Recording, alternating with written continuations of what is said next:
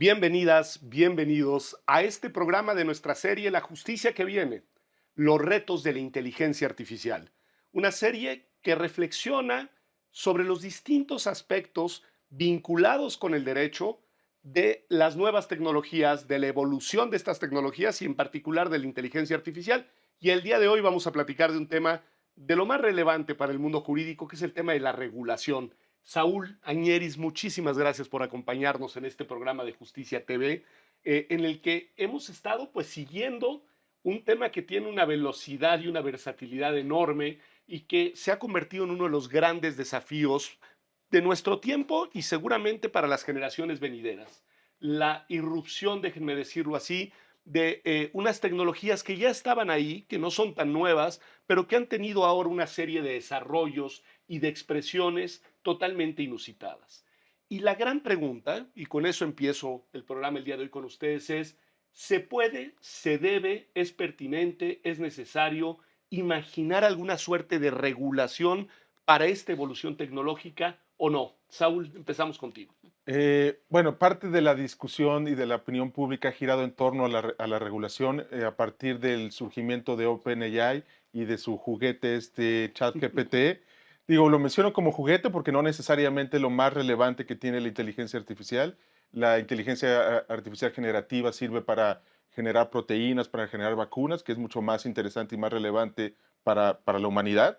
ChatGPT yo sí considero que tiene muchas utilidades informativas, pero yo considero que todavía es meramente un juguete frente a otras aplicaciones que tiene la inteligencia artificial generativa. A partir de ahí, la discusión pública giró y hubo mucha preocupación en varias partes de Occidente y hubo una preocupación en términos regulatorios, aunado a muchos otros fenómenos como que Europa ya venía desde 2018, que sacó su regulación de datos de GDPR, junto con otras cosas que podemos comentar más adelante. Ese esfuerzo se complementó y entonces Europa ya lo venía pensando, vino ChatGPT, tal vez sea el momento de hacer una regulación. En términos negativos, regulación, en términos tal vez de cohibir o de tal vez de mitigar riesgos, ¿no? Esa creo que es la narrativa que ha dominado, porque también puede haber otra lectura de regular para impulsar en políticas públicas el uso de la inteligencia artificial en países como el nuestro, que creo que puede ser muy necesario, el uso de inteligencia artificial en términos de movilidad, en términos de salud pública, en términos de seguridad pública y muchísimos otros ámbitos. A ver, Añeris, en estas reflexiones de Saúl muy pertinentes, que más nos coloca que en efecto, como que el ChatGPT desencadenó una discusión porque se hizo algo muy palpable, muy cercano, accesible para todas las personas a través de cualquier dispositivo móvil. Y la verdad es que sí nos sorprendió en sus primeras versiones y sobre todo en las últimas. Uno dice, bueno, esta es una, digamos, es un fenómeno que sí viene a transformar nuestras dinámicas cotidianas. Pero dice Saúl con toda la razón que en realidad la inteligencia artificial pues es un instrumental tecnológico que tiene impactos en muchos otros ámbitos de la vida. Y hay una tensión que está creo que implícita en su primera reflexión entre regulación e innovación. Es decir, hay quienes piensan que la regulación inhibirá la innovación y hay quienes piensan que en realidad la innovación debe de ser, pues vamos, la variable que lleve mano y que vaya marcando las pautas y la regulación, si es que existe, debe de quedar como un actor o como una, digamos, dimensión secundaria. ¿Qué dirías de esto? Me iría 2 pasitos más atrás Adelante, sí. para uno, tal vez dejar claro que es posible regular.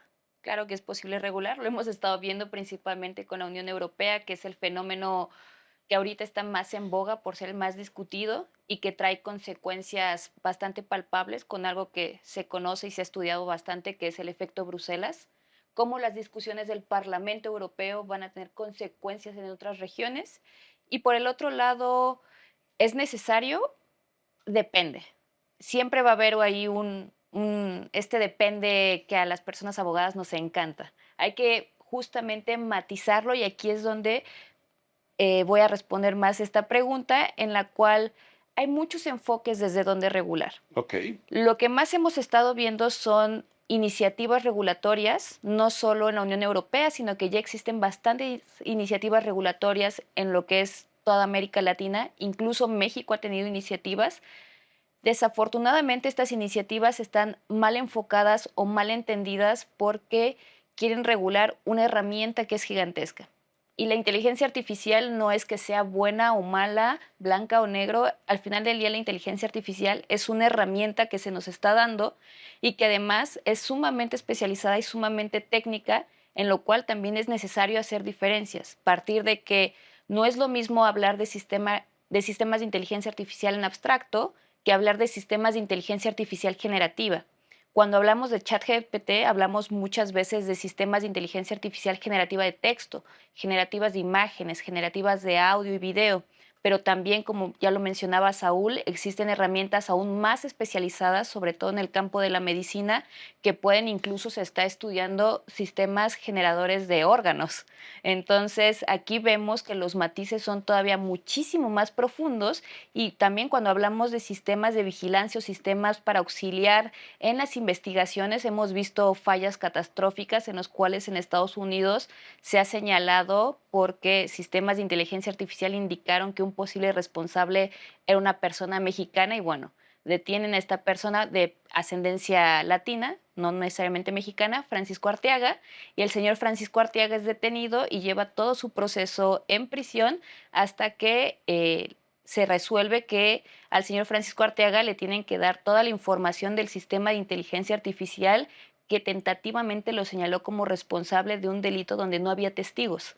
Entonces hemos visto cómo también estos potenciales usos, que son bastante alentados por un lado, pueden tener efectos o riesgos sumamente preocupantes en materia de derechos, sobre todo derechos humanos, y ahí es donde más que regular para frenar la innovación, hay que entender cómo funciona para que esta innovación no permee en lo que es la esfera de derechos. A ver, lo que nos está diciendo al final es una cosa que esto de inteligencia artificial es una caja enorme. En efecto. Y quizá por ahí vale la pena que vayamos pensando, porque dice regular. ¿Regular qué? Nos colocas varios temas y al final un ejemplo concreto, por ejemplo, que tiene que ver con el uso de la inteligencia artificial en el ámbito criminal y en este caso, pues sistemas punitivos con sesgos discriminatorios. O sea, a ver, intentemos un poco como desmenuzar la baraja porque sí está bastante amplia, digamos. Yo diría que, digamos, la discusión de si regular o no, creo que esa discusión ya concluyó.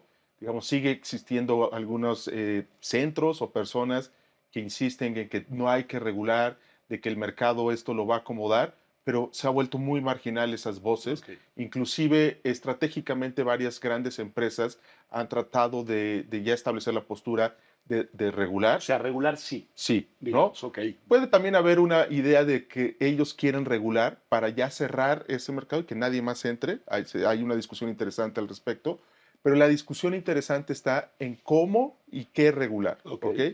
Y ahí puede haber desde regulaciones transversales, sistémicas, que puede ser la europea, más allá de las críticas que puede haber a la regulación europea, que es la única, vale anunciar, adelantar, es la única en Occidente que existe cabalmente ahorita, ya finalmente aprobada. Digo finalmente porque hay muchas garitas por el sistema mismo europeo, demás, que hay que pasar para que acabe finalmente aprobada. Y luego hay otros, por decir, modelos que puede ser, no es excluyente al europeo, que es, vamos a hacer una regulación de competencia. Vamos a hacer una regulación por cajones de cajones, ¿ok? Que puede ser piezas que en su conjunto embone y traten de navegar para tratar de regular todo el ecosistema que va junto con inteligencia artificial, varias piezas ahí, plataformas que va junto con pegado y data, que es el gran ecosistema de esta revolución tecnológica, ¿ok? Y, por supuesto, luego va la cuestión de derechos humanos, digo, no por supuesto como algo menor, sí, ¿no? pero vaya. Y esto es una discusión de si vale la pena este sistema, o sea, perdón, esta regulación sistémica. Oye, pero ¿vale la pena algo adicional de competencia? Tal vez sí. Oye, pero ¿vale algo la pena? Y en algún punto estas excepciones, puede ser tantas excepciones, oye, pero ya al final ya no es algo sistémico. Ya son tantas piezas adicionales que ya lo fragmentamos, ¿ok?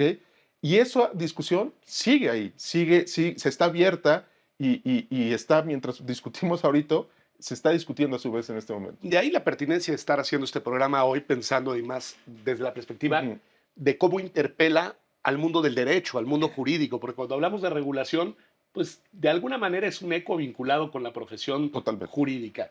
Y sin embargo, tengo la impresión, ayer, y además escuchando la intervención de ambos, que el ámbito jurídico, de alguna forma, como en otros fenómenos, pero en este se encuentra muy rebasado. Es decir, que cualquier intento regulatorio, como es el Ujú. caso del europeo y de los que están llevando en otros países, decías tú que incluso en América Latina y en México han habido algunas propuestas, requiere una versión más bien interdisciplinaria. O sea, los abogados y las abogadas tenemos algo que decir, pero solo tenemos una parte que decir porque hay otra serie de disciplinas que tienen mucho más que aportar al debate estrictamente regulatorio, ¿eh? Al debate Ujú. de regulación. No sé qué opinas de eso, digamos. Es una necesidad y creo que aquí las personas que ejercemos la profesión jurídica podemos pecar de inocentes o de alguna otra cosa si creemos que aislados en unas discusiones que nada más sean cámara de eco vamos a lograr algún acuerdo. Necesitamos invariablemente tener diálogos en los que tanto la comunidad técnica, tanto otras personas actoras en estas dinámicas, como lo son las empresas, como lo es sociedad civil, como lo es incluso las personas que pueden verse afectadas en un primer momento por estas tecnologías, es necesario escuchar y es necesario dialogar. De ahí que también salga mucho este término de sandboxes regulatorios, pero al final del día también son prácticas de Ya el sandbox regulatorio es eso, es un espacio en el que convergen distintas visiones para aportar sus argumentos y sus opiniones y sus propuestas. en términos muy abstractos, muy elevados, sí. Ujú. Es un espacio en el cual se tienen que converger diferentes puntos de vista con diferentes experiencias para poder llegar a un punto en el cual se puedan surgir o erigir propuestas Ok. regulatorias. Sin embargo, muchas veces estos diálogos no suceden o desafortunadamente no partimos de tratar de entendernos y tener la humildad de decir, bueno, a ver, yo no entiendo cómo funciona un proceso de diseño de un sistema de inteligencia artificial. ¿Cómo yo voy a prohibir que a lo mejor discriminen si ni siquiera puedo entender que utilizan datos de entrenamiento y no pongo límites a los datos de entrenamiento que son usados? Entonces, entre más se entiende cómo funcionan estos procesos, más se puede decir, es necesario que a lo mejor surja un modelo de autorregulación, ni siquiera un modelo de regulación per se, un modelo de autorregulación que cumpla con estos principios. A ver, está genial esto que nos Ujú. dice Jess, porque no solo es una cosa de distintas disciplinas, Ujú. sino nos dice también de distintos actores interesados o involucrados o interpelados por el fenómeno. Pero esta otra parte adicional, ¿qué tienes que entender para poder regular, Saúl? Sí, es un reto intelectual, un reto epistémico. Inclusive hay cuestiones que, por ejemplo, transparencia y explicabilidad, que son categorías propias fundacionales de una A democracia, ver, explícanoslas un poco para el auditorio. digamos, cambian al momento, son exigencias propias, o sea, desde hace 200 años la transparencia ha cambiado, inclusive las excepciones, pero son parte de la dinámica propia de una democracia. Eso cambia el momento cuando estamos discutiendo los modelos de inteligencia artificial. Cuando tú le exiges a un modelo de inteligencia artificial, oye, queremos transparencia, ¿por qué? Porque en una democracia tenemos de ser transparentes. Podemos hacer una según, porque son modelos privados en muchas Ok. ocasiones, normalmente son fabricados por empresas privadas, pero la transparencia y la explicabilidad no es igual a la que se le puede exigir a un juez. Oye, tú hiciste una toma de decisiones, quiero que me expliques esa toma de decisiones. Cuando tú vas con un modelo de inteligencia artificial y quiero que me expliques la decisión, no es igual en términos de que la toma de decisiones es individual y quiero que cada toma de decisión individual la expliques a la persona que es afectada, sea Pedro, sea Saúl, etcétera. No porque uno normalmente o en muchas ocasiones la toma de decisiones en un modelo de inteligencia artificial no se puede explicar caso por caso, Ok. ¿ok? Uno y dos. Otra cuestión en los modelos de inteligencia artificial, normalmente la manera como operan los modelos de inteligencia artificial no es argumentativo, como es la toma de decisiones en los órganos de decisión de una democracia, ¿ok? Como los jueces, pues sería el ejemplo por antonomasia, Que plantean que razones, que emplean razones, sustentan. sino aquí es una lógica cuantitativa. Entonces, la manera como van resolviendo es, pues más bien aquí puede haber un margen de error, ¿ok? Y entonces, más bien, la pregunta es si Pedro y Saúl están dentro del margen de error o no de ese modelo Entonces, y eso no significa que esté mal, sino así es como operan muchos de los modelos de inteligencia artificial. Y ahí es donde se vuelve muy interesante, porque en realidad lo que Pedro y Saúl no quieren saber no es la explicación en sí, que intelectualmente nos va a costar mucho entenderlo y puede ser que nunca lo entendamos porque no estamos preparados, etcétera, sino lo que queremos saber es si la negación de ese modelo de inteligencia artificial para una beca, para O la Libertad. libertad o una de decir libertad, algo. o Sí. un ascenso laboral, o yo quería entrar a un trabajo y no me dieron la entrevista porque para tener la entrevista fue un modelo, etcétera, etcétera, es si fue rechazado, todo nuestros ejemplos, fue por algún eventual sesgo relacionado con el color de piel, con mi condición, etcétera, etcétera, etcétera. Eso es lo interesante y ahí empieza. Entonces, transparencia y explicabilidad, que son categorías que usamos mucho, por ejemplo, los abogados que nos dedicamos a derecho constitucional, a cuestiones democráticas y demás, tienen excepciones y entendimientos muy distintos en la manera cuando se operan en modelos de inteligencia artificial. Pues me parece genial lo que hemos tenido y lo que hemos ya lo que han planteado, porque han sido ustedes en este primer bloque del programa. Vamos a hacer una pausa y regresamos aquí a este programa que está pensando y que está pensado para reflexionar sobre cuáles son los efectos, los impactos, las consecuencias de las nuevas tecnologías, en particular de la inteligencia artificial, para el instrumental jurídico y en este caso concreto para toda la discusión regulatoria. Ya regresamos, quédese con nosotros.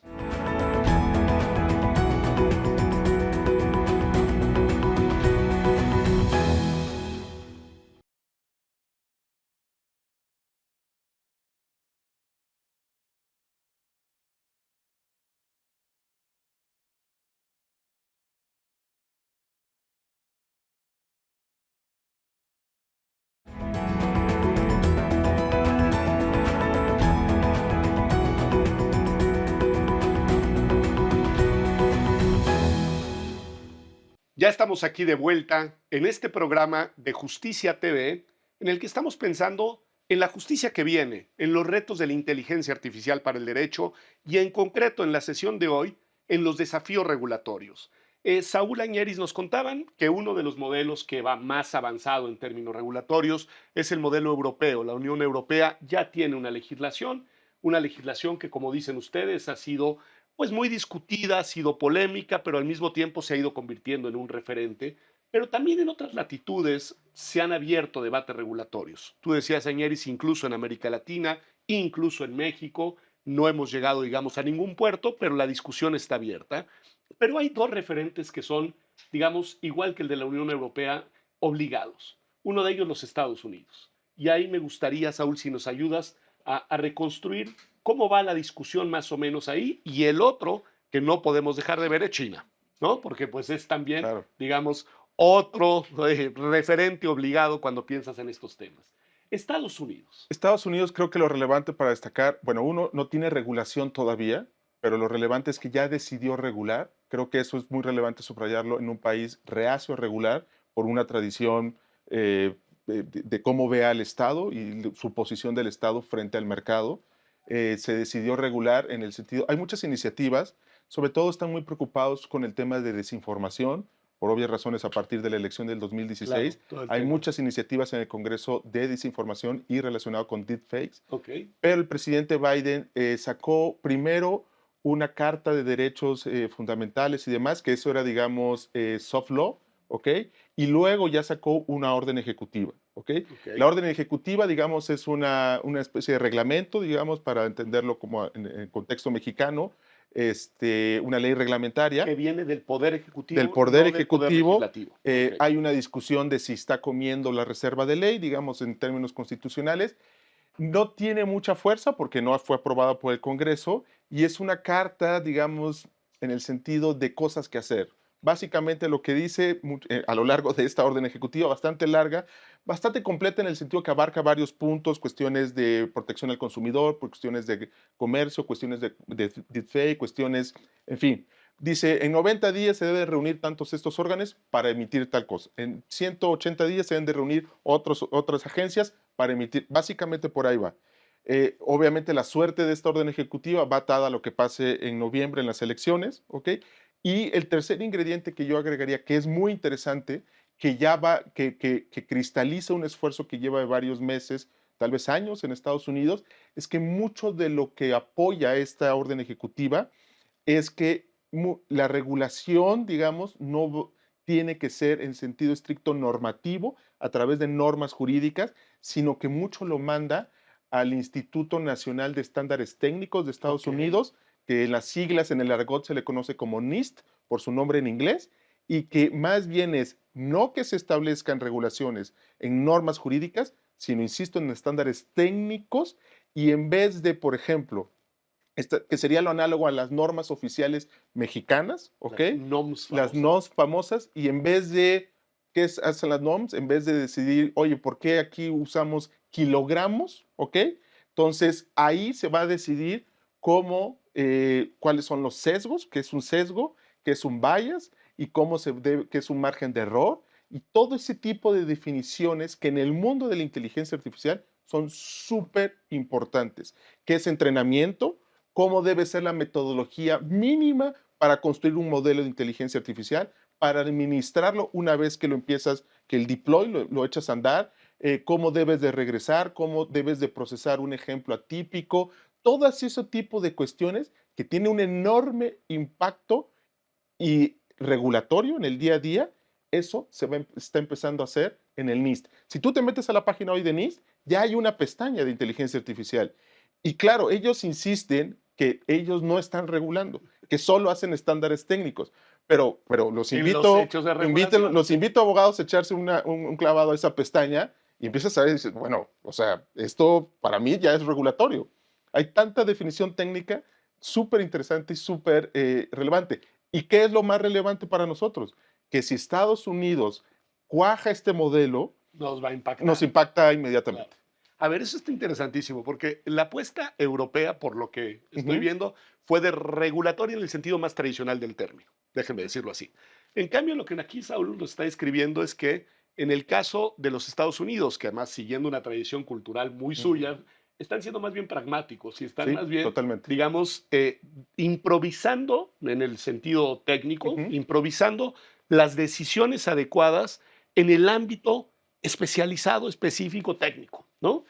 Y ahí la pregunta, Ñeris, es ¿hacia dónde podríamos ir nosotros? Regresaría a China, pero ¿hacia dónde podríamos ir nosotros? Saúl nos dice que ya lo que sucede en Estados Unidos nos está marcando una pauta. ¿Tú qué dirías? ¿Caminaremos más hacia la senda europea o hacia la senda de nuestros vecinos del norte? Es una excelente, excelente pregunta y voy a tratar de usar todos mis conocimientos en Quiroman, en mi bolita de cristal, pero invariablemente nos van a impactar ambas, como lo hemos presenciado, por ejemplo, en cuestiones de protección de datos, en cuestiones de derechos de autor, en diferentes temas que han tenido un impacto también en cómo se desenvuelven las aplicaciones tecnológicas, las innovaciones, incluso desde afuera hacia México, porque creer también que este tipo de tecnologías se desarrollan en Estados Unidos y entonces van a seguir la suerte legal de Estados Unidos es también una mentira. Lo que se desarrolle en China, lo que se desarrolle en Estados Unidos, lo que se desarrolle en Europa y esperemos, ojalá suceda que también lo que se desarrolle en América Latina va a tratar siempre de tomar los marcos cuando sea viable, los marcos más robustos para ahorrarse tiempo. Entonces, muchas veces los documentos técnicos o los documentos jurídicos de estas empresas de tecnología, sus términos y condiciones, sus avisos de privacidad, si bien en México no existe un reglamento general como el de la Unión Europea, de las otras experiencias. Agarran de las otras experiencias para ahorrarse tiempo, recursos, dinero, personal, para ahorrarse también por una cuestión administrativa. Aunque cuando a las empresas no les conviene el reglamento general de la Unión Europea, ¿qué es lo que van a hacer? Van a decir, tú no tienes esa regulación, entonces voy a poder usar los datos personales de mis usuarios para entrenar mis propios sistemas de inteligencia artificial y no puedes hacer nada al respecto. Entonces, ahí vemos cómo los diferentes marcos regulatorios van a permear o no Ok. En la parte ya, digámoslo, de la práctica. Y en la parte ya jurídica, vamos a ver, por ejemplo, eventualmente el Tratado de Libre Comercio que tenemos con Estados Unidos, si esto se toca de alguna manera en términos de inteligencia artificial, sí o sí va a permear por las responsabilidades económicas y jurídicas que tenemos con nuestros vecinos del norte, pero no deja de ser atractivo importar de alguna manera el marco jurídico más discutido o más robusto, Que vendría a que ser es en el este caso el europeo. Pero aquí, exacto. a ver, Sí. nos coloca un tema bien importante sobre la mesa, Ñeris, que es en concreto, porque se va a renegociar el Tratado de Sí. Libre Comercio ahora. Sí. Estamos ahí. Este tema va a colocarse sobre la mesa y acompaño con una segunda pregunta, Saúl. ¿Tenemos a las personas expertas en el ámbito jurídico para entrarle en un, digamos, tete a tete con los negociadores de Estados Unidos en esta materia? Yo pensaría que sí va a estar. El capítulo 19 de comercio digital está, digo, no está mal, digamos, no quiero hablar en demérito de las personas que estuvieron en la negociación de del TEMEC. Yo creo que está muy bien, pero claramente si uno revisa el TEMEC, le falta, eso es una obviedad, digamos, es como el elefante, Sí, no podía estar porque no quizá podía no era el estar, momento, pero ahora pero tiene hoy que en estar. día le falta eso, ¿no? Ujú. Y yo creo que las mismas empresas, y uno platica con gente de despachos, sobre todo en cuestiones de propiedad intelectual, cuestiones muy pragmáticas de despachos mexicanos, dice, si urge que en el TEMEC entren ya cuestiones muy puntuales del día a día, despachos que trabajan con gente en Estados Unidos y demás te lo dicen. Ya tenemos mucha interacción de cuestiones de inteligencia artificial que van de un lado y de otro, y es importantísimo la actualización. Porque ya está sucediendo en el día a día con despachos y nos cubriría mucho que un TEMEC tuviese su adenda, ¿no? Entonces yo creo que muchas empresas ya van a pedir por seguridad jurídica que quede, ¿no? Tal vez no lo que un académico quisiese, un capítulo ya bien estructurado y demás, pero propiedad intelectual es O sea, ya, súper importante, no, no, porque les preocupa que haya una legislación de un país que de repente, wow, haya una cosa ahí rara, etcétera. Entonces yo creo que sí.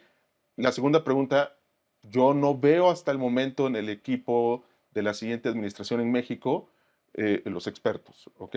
yo creo que ese es un gran tema. A mí, bueno, este programa tiene su lógica Ajá. en ese versante, en el versante de decir, bueno, hay que Este, empezar a pensar estos temas con una seriedad y con una solidez y un rigor, no solamente jurídicos, tienen razón, pero también jurídicos, para poder imaginar cuál va a ser la dinámica exactamente. de lo que sigue en Y México. enfrentarse con el equipo que venga de allá. Y no me refiero con el equipo abogado, no, me refiero justo a esta indisciplinaridad que hablábamos, pues de científicos, etcétera, que te expliquen realmente lo que está en juego. Cuando hablamos de propiedad intelectual e inteligencia artificial, realmente no es una categoría jurídica la que está en discusión, es reinventar lo que es conocimiento nuevo. Esa es la discusión realmente fascinante que está Bueno, ahorita. yo debo decirlo y no es que haga un Ajá, comercial, pero tú nos has planteado en un magnífico libro, por ejemplo, ajá, el desafío para el concepto básico de libertad de expresión.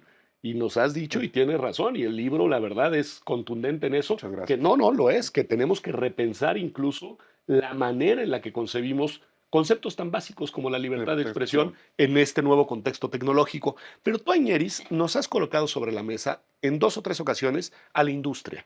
La has mencionado. Has mencionado las grandes empresas, las grandes... Bueno, ¿qué papel juegan en este tema regulatorio? Pensando en Europa, pensando en Estados Unidos, pensando en nuestra relación latinoamericana, es decir, ¿qué voz deben tener quienes están generando inteligencia artificial en el debate y la discusión sobre las normas que van a regular sus propias dinámicas, digamos? Para bien o para mal, nos guste o no, el papel de las grandes empresas de tecnología es un punto de quiebre, Ok. porque al final del día van o no a hacer cosas independientemente de que cuenten con el permiso, por ejemplo, de alguno de los países de América Latina o incluso con el visto bueno de los países de la Unión Europea y siguen mucho esta idea de innovación, innovación, innovación. Y cuando he hablado con desarrolladores, tienen mucho este principio de mejor pedir perdón que pedir permiso. Pues tiene Entonces, lógica, porque o sea, a eso se dedican, sí, digamos. exacto, al final del día lo que quieren hacer es mejorar procedimientos, mejorar sistemas, mejorar la experiencia, mejorar muchísimas cosas y muchas veces las personas desarrolladoras piensan en eso, en generar un producto que tenga un objetivo y un uso y que sea ampliamente usado, porque el propio uso va a generar más datos para entrenar esos sistemas de inteligencia Además es su artificial. pasión, es su creatividad, es su apuesta, es su razón Y profesional, digamos, ¿no? quienes pagan esos son las empresas, quienes tienen ya todos los mecanismos económicos y de infraestructura tecnológica son las grandes empresas de tecnología. Entonces, ¿qué pasa? Muchas veces hablamos de no frenar la innovación, pero ¿la innovación de quién? De las mismas empresas que ya tienen un poder hegemónico a nivel mundial, ni siquiera a nivel nacional. Sí, A sí, son nivel, globales. a nivel global, hay unas cuantas pocas empresas que ya cuentan con un poder, con una capacidad de negociación con estados en los cuales su voz y su lobby que hagan en estas Ah, claro. discusiones es sumamente fuerte. Hay una inversión económica también a todos los equipos de policy, a todos los equipos que Sí, hacen todo sí. este lobby, que no es casualidad, es síntoma de que están sumamente metidos en estas discusiones y que también tienen un gran poder de negociación. Su capacidad económica y todo el poder que han logrado en estos años de desarrollo de la tecnología les da una ventaja para hacer negociaciones a nivel prácticamente de un estado. Que ahí finalmente pues es la vieja discusión y no la vamos a poder reeditar en este espacio, pero sobre mercado y Estado, Estado, así ¿no? es. Y la regulación del mercado por parte del Estado y hasta dónde. Pero ahí mencionamos, y dejé flotando, pues un fenómeno geopolítico que funciona con dinámicas propias y que no es exactamente la lógica Ujú, de mercado y Estado tradicional que conocemos, que es el caso de China. ¿Qué podemos decir de China? ¿Qué tanto sabemos, Saúl? ujú. ¿Qué tanto conocemos lo que está pasando en China en este tema específico de inteligencia artificial y de eventuales, si es que los hay, marcos regulatorios? Bueno, sobra mencionar que digo, nos gusta mucho el tema de inteligencia artificial, entre otros motivos por lo cual a mí me gusta en particular es porque tiene muchas capas y por eso se vuelve muy interesante. Una de las capas que tiene este tema es la cuestión geopolítica. China en algún punto decidió inicialmente hacer su propio Internet, ¿ok? Ok. Esa fue su primera decisión, crear su propia infraestructura y su propia plataformización de Internet O sea, separarse, de digamos, Occidente, ok, ¿ok? Y en ese sentido también decidió construir su propia inteligencia artificial. va. Hay un libro seminal al respecto que se llama AI Superpowers, donde ahí es donde toma una decisión como a principios de los 2000, donde se dan cuenta ellos, digamos, no es algo, digamos, inédito, digamos, pero se dan cuenta de que la inteligencia artificial, Internet como un sustrato, digamos, de esta tecnología, por la digitalización y por la capacidad de conectar diferentes puntos alrededor del planeta, va a ser una arma no solo de informativa, no solo, digamos, tecnológica, sino también una arma geopolítica y va a ser una de las arenas claves donde se va a definir la geopolítica del presente y futuro. Ok. Y entonces en ese libro explica mucho de la estrategia de China y de Estados Unidos. Para ir respondiendo tu pregunta, hay una enorme regulación en China de las plataformas, de la infraestructura de Internet y de la inteligencia artificial. El ecosistema de inteligencia artificial en China no se puede entender sin que se haya construido y regulado de la mano sin el Estado chino. ¿Ok? Para bien y para mal, por supuesto. Aquí no estamos hablando en una clave Sí. democrática, sino en una clave de razón de Estado. Ujú. Estratégica, Estratégico al geopolítica. interior y estratégico al exterior. Y de hecho, digamos, hay una entrevista muy interesante, la última entrevista que dio Henry Kissinger, que fue para The Economist, no lo pongo como un ejemplo moral, No, no, sino como un ejemplo de de alguien política. inteligente y que nunca dejó de pensar. Y Kissinger, la entrevista la dedica en muy buena medida, como el 50% de la entrevista la dedica al tema de inteligencia artificial y al tema de inteligencia artificial relacionada entre el conflicto que se viene entre Estados Unidos y China por la cuestión geopolítica y en relación a las armas autónomas. ¿Okay? Lo que él ve es que China le está apostando lo que sabemos a la inteligencia artificial en muy buena medida teniendo un control de la inteligencia artificial en su país, lo cual no lo tiene del todo Estados Unidos, ¿ok? Y que uno de los grandes apuestas que tiene China es la armamentista, lo cual sabemos, Estados Unidos, y a las armas autónomas.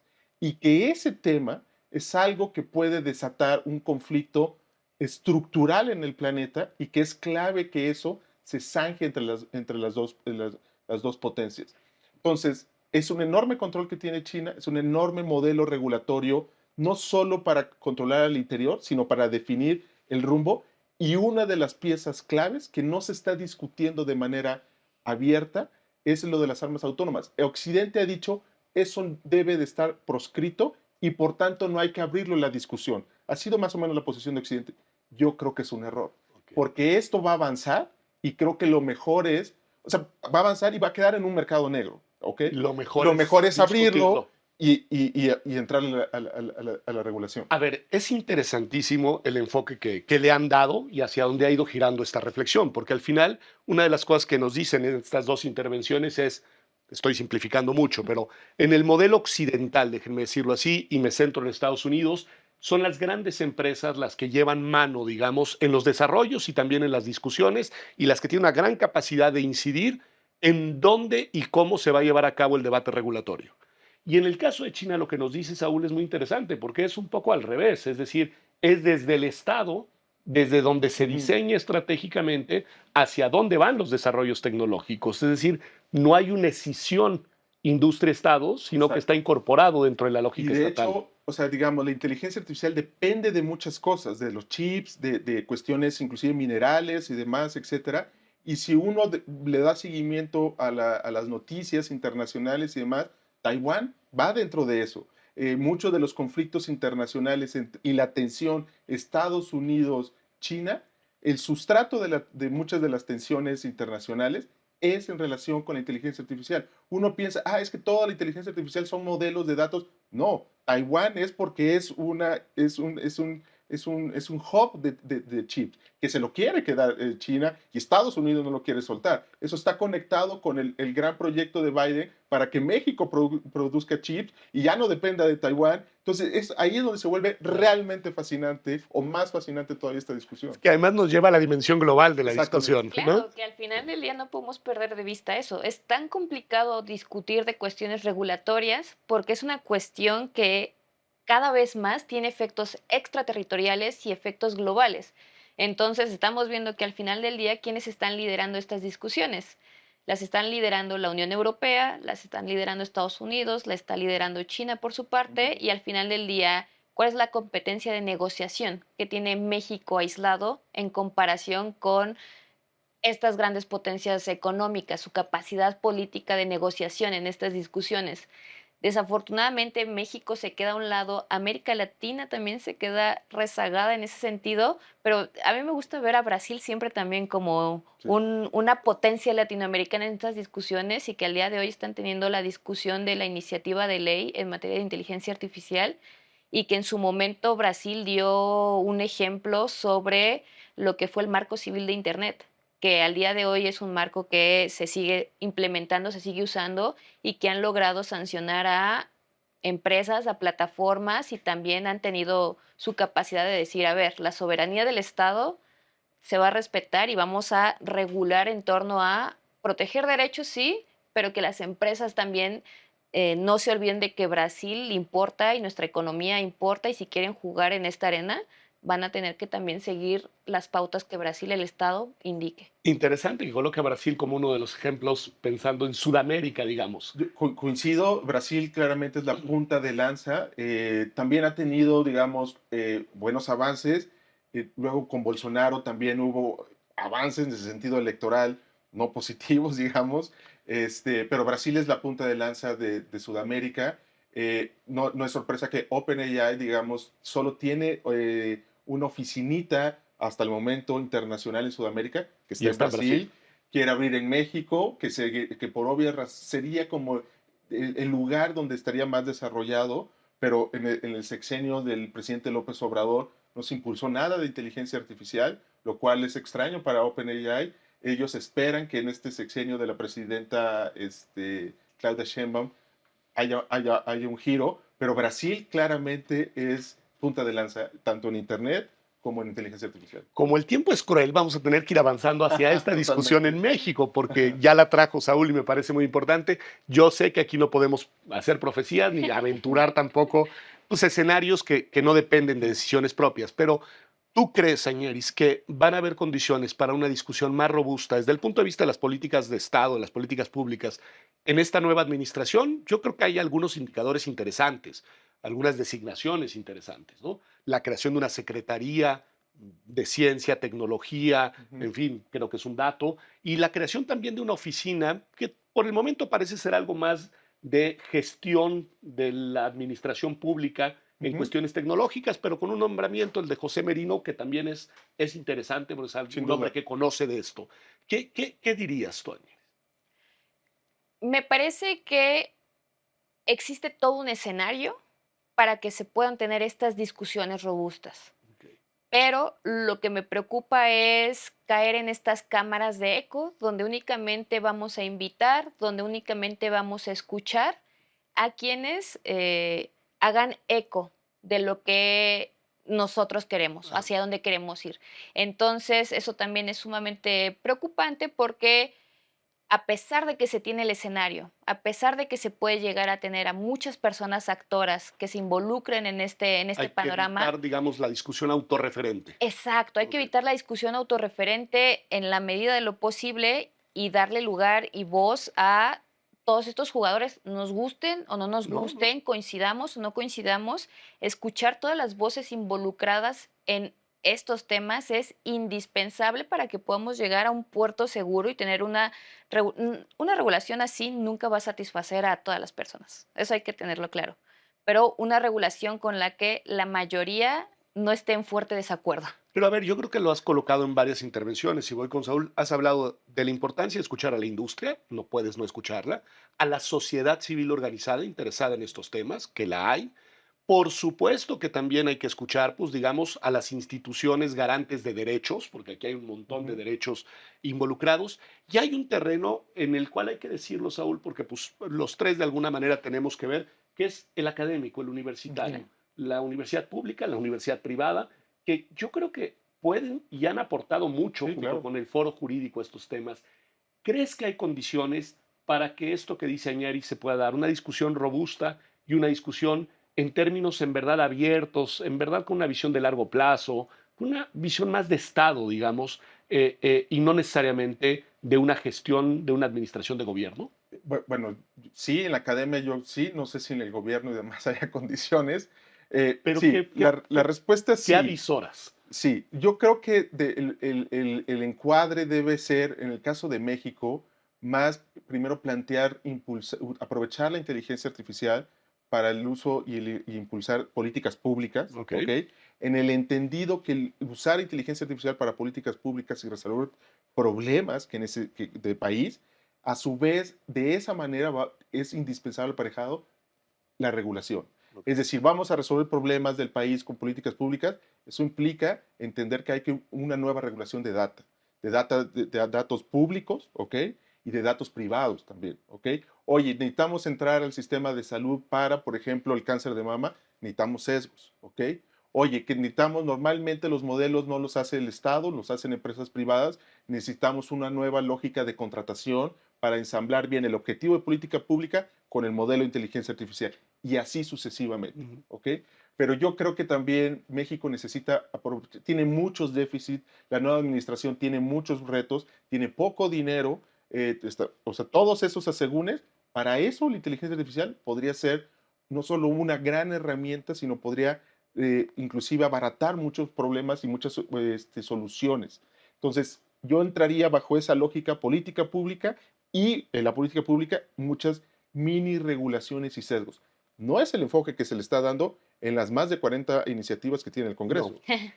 A ver, Porque acaba de aclarar eso, ¿eh? es que, ¿qué decir de ellas? Porque de repente empezaron a aparecer iniciativas en el periodo legislativo pues, anteriores que está concluyendo y pues eran desde una perspectiva, déjenme decirlo con prudencia, pero o de profundo desconocimiento o de profundas, digamos, prejuicios e inercias no fundadas, digamos, en la realidad y en la capacidad palpable de las tecnologías. ¿Qué decir de eso?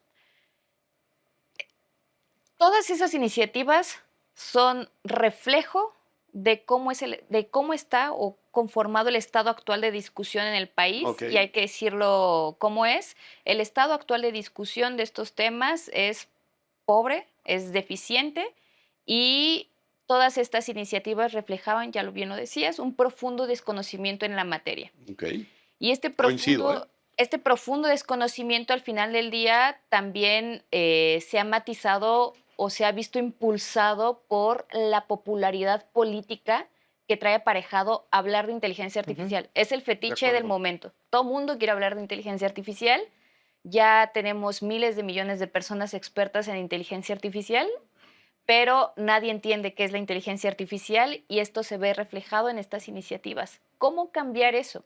Es cambiarlo a partir de generar estos diálogos robustos y que ahora la nueva administración va a tener esta capacidad. Tienen todos los elementos para poder empezar a tomar estas discusiones de forma más seria, de forma más informada, de forma más clara, de invertir incluso en políticas públicas que busquen cómo sensibilizar a gente de todas las áreas en estos temas. A las personas abogadas, cómo sensibilizarnos desde la parte técnica. A la parte técnica, cómo sensibilizarlas desde la parte social. Y cómo empezar a dialogar, a no tener conversaciones abstractas en las que no nos entendemos y en las que no estamos de acuerdo porque ellos no quieren proteger derechos, ellos no quieren proteger la privacidad y aquí creemos que podemos regularlo todo y que todo va a ser perfecto en papel, en tinta y papel.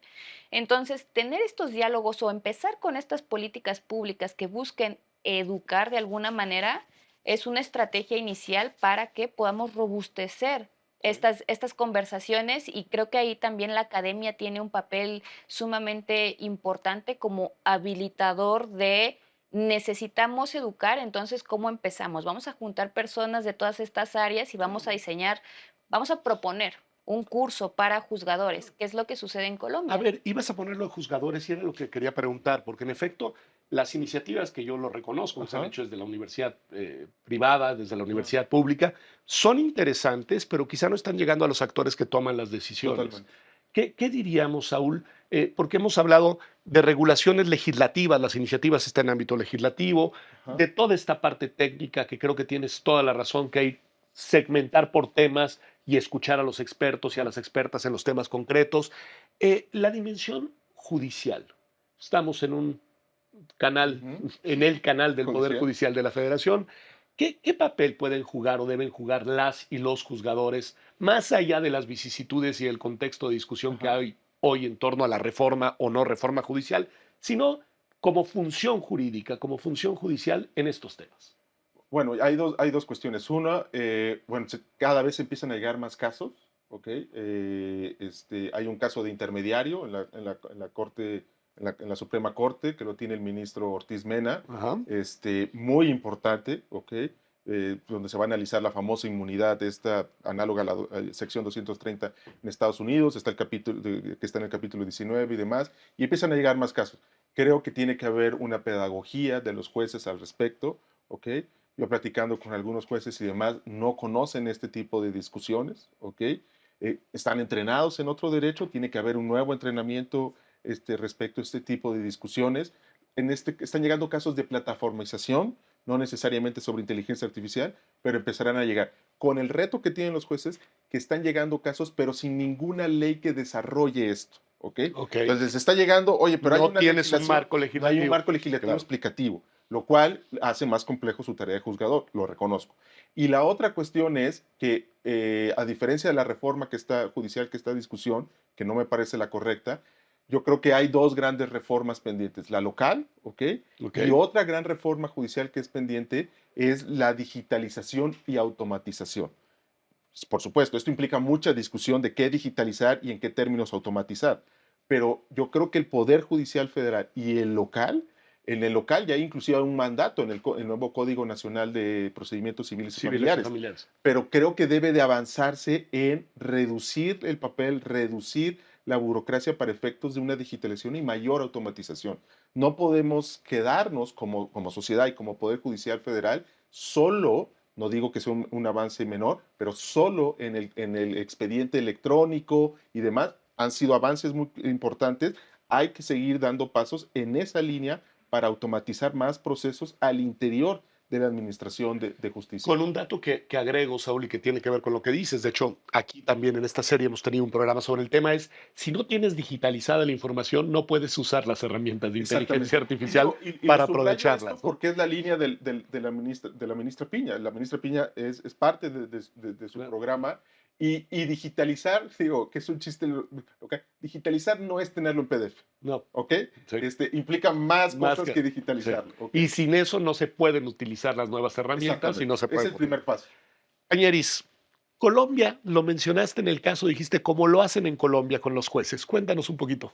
Bueno, Colombia es un también caso bastante particular porque ya tienen su primer caso ante la Corte Constitucional de Colombia, es un caso de tutela en el cual un juez de segunda instancia, en una sentencia que involucra a un niño con autismo representado por su madre, le parece interesante utilizar ChatGPT y le hace una serie de preguntas y el juez las transcribe en su sentencia, las incorpora en su sentencia y tal cual reconoce que usó ChatGPT, que hizo el ejercicio, que las respuestas le parecieron adecuadas y las copia y las pega.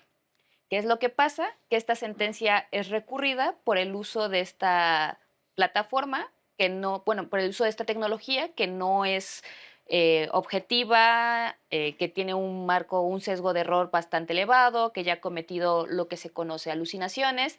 Entonces, este caso llega a la Corte Constitucional a través de una tutela, no por el caso per se, la litis en sí misma, sino porque el juez de segunda instancia utilizó esta tecnología. Ok. Y la Corte, ¿qué es lo que hace? Agarra y se acerca a múltiples actores de academia, de sociedad civil, donde tuvimos la oportunidad de proveer una serie de respuestas a un cuestionario que me mandaron y ahí ya estuvimos contestando a nuestro mejor entender. También se comunican con OpenAI, también le mandan un cuestionario a OpenAI y a partir de esto, la Escuela de Gobierno de la Universidad de los Andes también genera un programa de alfabetización dirigido a jueces y operadores de justicia en Colombia, de la mano con su consejo, con el respectivo Consejo de Colombia, que llegó a, no tengo bien el número, pero fue utilizado para precisamente alfabetizar de alguna manera a jueces, a operadores de justicia sobre cómo funciona, cuáles son los riesgos, cuáles son los beneficios, y al día de hoy podemos decir que están avanzando en esa política pública. Pues me parece interesantísimo porque al fin y al cabo, y les agradezco enormemente este programa que en verdad ha sido muy rico, ya lo dirán los televidentes, pero esta alfabetización es una responsabilidad y una tarea de todas y de todos. Sí. Es decir, tenemos que alfabetizarnos. Suena a lugar común, pero en verdad tenemos que aprender a desaprender lo que sabíamos para pensar de distintas maneras los enormes desafíos para el derecho, para la justicia que supone la inteligencia artificial. Esta serie fue creada y diseñada para eso, para pensar la justicia que viene, para pensar precisamente los retos de la inteligencia artificial para el derecho. Gracias por habernos acompañado a esta edición y nos vemos próximamente aquí, en su canal, en Justicia TV.